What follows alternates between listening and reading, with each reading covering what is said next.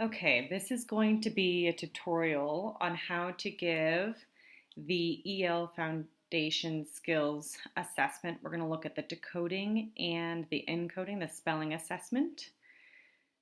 So let's get started. First, I'm going to show you the things that you're going to need to give this assessment remotely. So you're going to want this pack, this decoding pack for each student that you're going to give the assessment to, and we'll take a closer look at this in just a minute, but you're going to want to have a hard copy of this with you while you're giving the assessment. You're also going to need some kind of interface on your computer, Zoom, Google Hangouts, so that students can see what you're presenting. So you need to be able to share your screen with them. You're also going to want the spelling list online so that you can give that to students. And then you're going to need, for our school, we have color coded based on beginning, middle, or end of year assessment. So you're going to need the proper color pen or something to take notes with. And then on the student facing side, they will also need Zoom or Google Hangouts. They'll need a blank piece of paper and something to write with. Okay, the first thing I'm going to show you is what the student is going to see. So we have our foundations assessment on slides so that when you're presenting this to the student, they can see the words nice and big. You can carefully read to them the steps that they're going to do. So students are going to read the following words, remind them that this assessment is not timed and it's more important that they read the words correctly than quickly. Our students also take dibbles, which is timed, and so a lot of times students rush through the words and they don't need to do that on this assessment. And then while students are carefully reading the words, you need to take notes so that you can support their reading and know exactly what skills they need to be working on in the decoding portion of their phonics. Okay, so I would certainly, when I'm giving this to students, I would want to go into present mode so that it's nice and big. And then that way they can just look at one word at a time and there's nothing else on the screen. It's going to be really important as you start this assessment, if you're using Zoom or Google Hangouts, that they move their picture box out of the way so that it's not blocking anything that they need to be reading.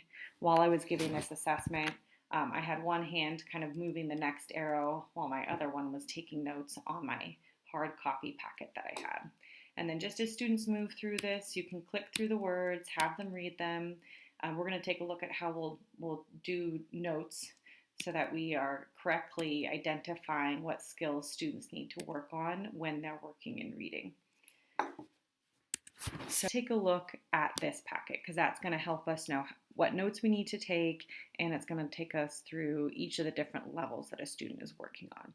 So as you're looking at this and you're taking notes in your hard copy packet, this is what you're going to want to be doing for notes. If a student can read a word automatically and correctly, you're just going to give it a check mark.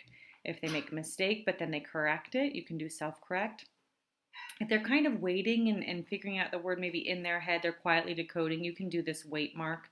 That might mean you need to work on a bit of automaticity.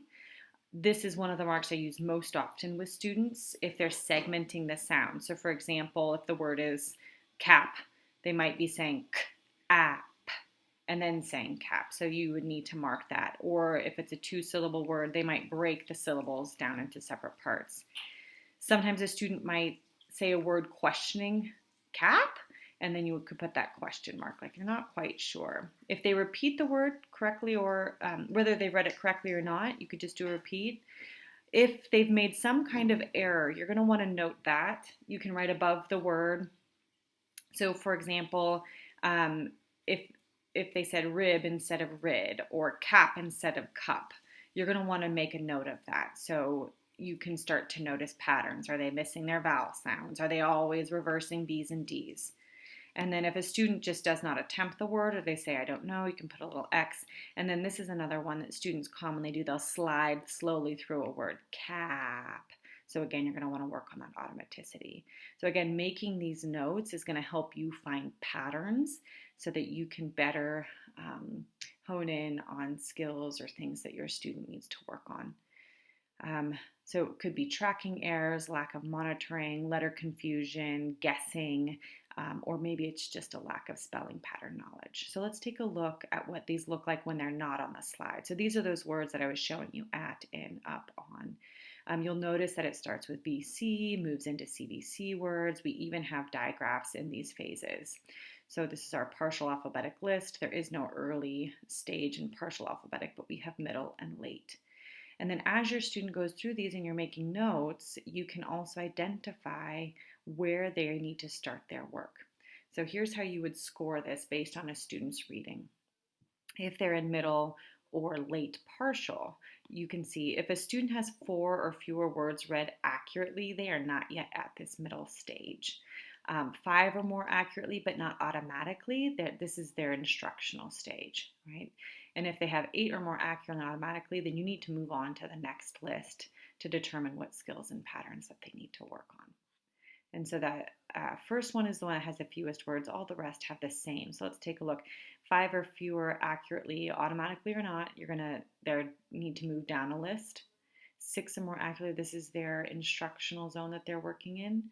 9 or more that are accurate and automatic, then you're going to move on to the next list. You can also check what students are working on. This is something that we've included to help our teachers kind of identify which patterns they would start with based on our scope and sequence. So do they know their short vowel sounds? Can they read VC words automatically and correctly, CVC digraphs? And then there is a suffix S in that list right here with maps and wins. Moving on to the next set of lists, you're going to start to see blends, glued sounds, floss letters, and again, the phonics patterns just increase to get more and more complicated as they move through. So you can see here, same scoring, and then these are the patterns that you would find in the words presented in this list. Blends, floss letter, glued sounds, CVCE, 2 closed syllable words, R-controlled vowels, vowel teams, suffix with ing, Y represented as I-N-E, and then 2 syllables with open. And so as students are reading through, you can start to look for some of these phonics patterns that they've mastered. It also helps you to identify, okay, I need to start at CVCE because they weren't able to read those, and then you can move there through the scope and sequence. The final set of list is our consolidated alphabetic list. So we have early, middle, and late. So these words are significantly more complicated. These are where our second graders, maybe even some students at the beginning of third grade are working through. So the patterns that you would see in this list are going to be suffixes, the more complex endings of words, the vowel teams, and with the schwa sounds.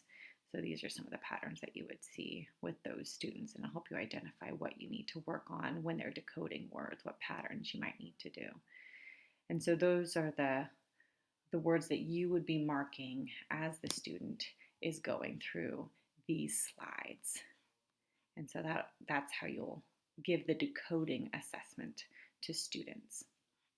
And so that just click through all of those. The nice thing about doing it remotely versus in person is you can kind of slow the students down. Sometimes when students get into that full or consolidated list, they can be reading quite quickly and you're trying to take your notes, and this one just kind of naturally slows them down because they can only see one word at a time and you have to click through. So if you're making that note, you don't have to go on to the next word until you're ready.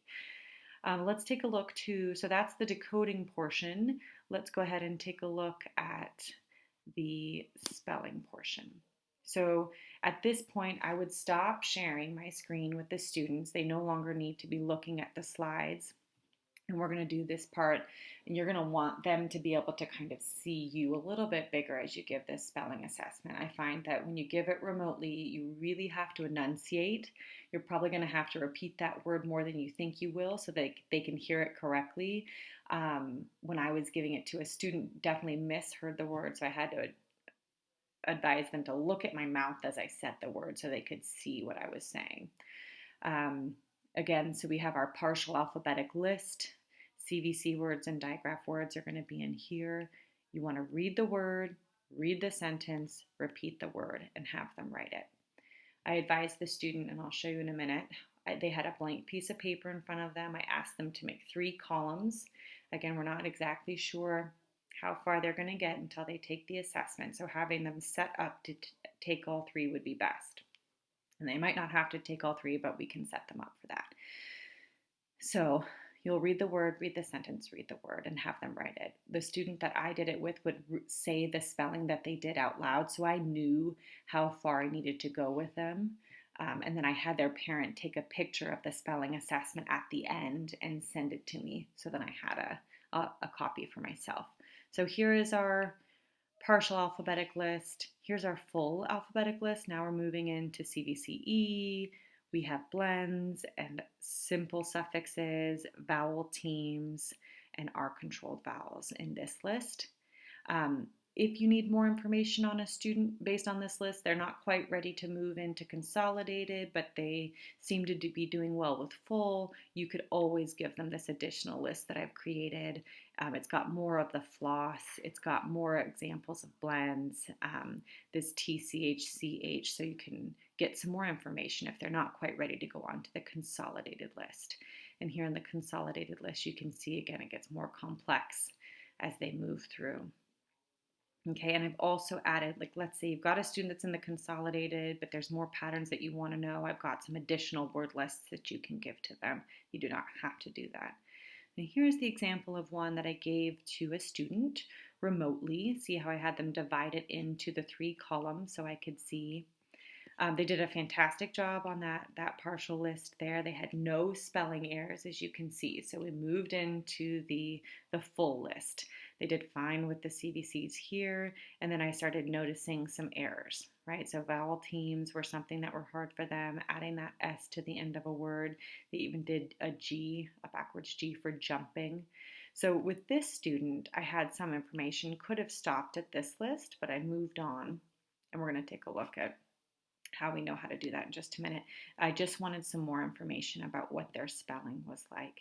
And it was a good thing that their parent had sent this to me, because I could really take some time and look at the errors that they were making. And so here's how I would score a student using those lists. So if they have only 0 to 4 words spelled correctly, they are not yet in that phase. If they've spelled 5 to 6 words correctly, they're in the early portion of that phase, microphase. 7 to 8, they would be middle, and then 9 to 10, they're in late.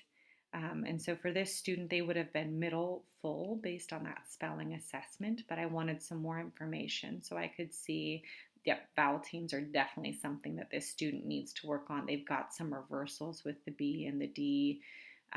And then just again, that CION, TION, SION, a little confusion there when they're adding those suffixes. So those are some of the things that I would work on with that student in this assessment.